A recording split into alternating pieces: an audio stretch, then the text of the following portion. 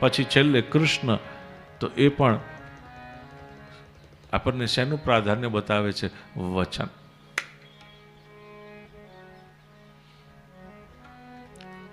બ્રહ્માજી જ્યારે સ્તુતિ કરે છે ત્યારે એની અંદર નિર્દેશ કર્યો છે, સંકેત કર્યો છે કે આટલાના વચનને પૂર્ણ કરવા આજ આપ પૂર્ણ પુરુષોત્તમ સ્વરૂપે પ્રગટ થાવ.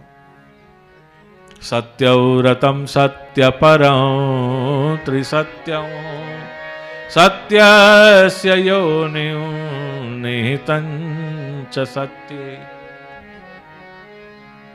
સત્યાત્મકં ત્વાં શરણં પ્રપન્ન સત્યસ્ય સત્યમૃત સત્યનેત્ર.